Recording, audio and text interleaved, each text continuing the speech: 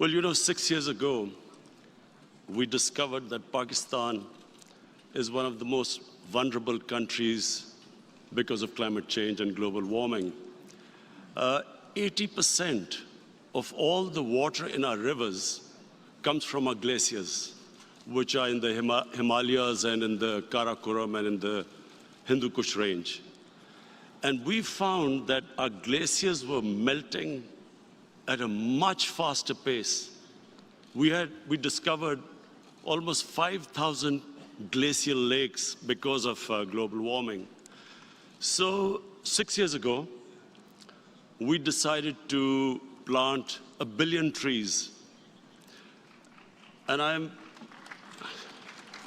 I'm very pleased to say that we actually planted 1.1 billion trees in the last 5 years. Now we have set ourselves a target of planting 10 billion trees in Pakistan in the next 5 years.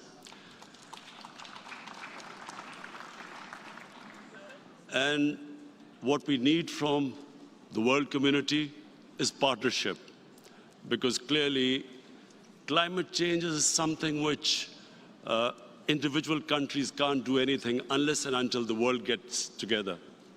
Pakistan only contributes less than 1% to the greenhouse gas emissions. Yet we are number 7 country that is most vulnerable to global warming and climate change. So therefore, we are hoping that the world community contributes, joins in.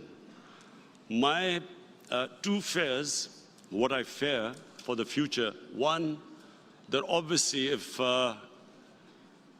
the temperatures keep rising at the rate they are, we face catastrophe, because millions and millions of people depend on the water from our rivers. But my other worry is, and this is, I think, even more serious, that the world is not taking it as seriously as it should be.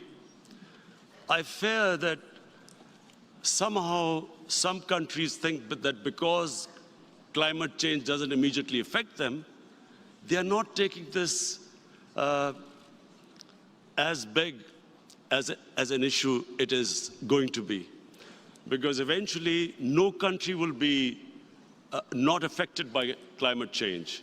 What we feel is that there will be climate refugees. Already in Pakistan, because of prolonged drought in Afghanistan, there have been refugees coming into Pakistan, climate refugees. But if the world does not take this seriously, I think the richer countries will be affected. So my appeal today would be that powerful countries must chip in and take this seriously. Because unless the world community decides to take this challenge on, no individual countries are going to be effective. And human beings have this capacity that once they decide to fight a crisis, a challenge, they can surmount any challenges. But problem is, do they understand the gravity of the situation? And I hope by the time this conference ends, most of the world leaders do. Thank you.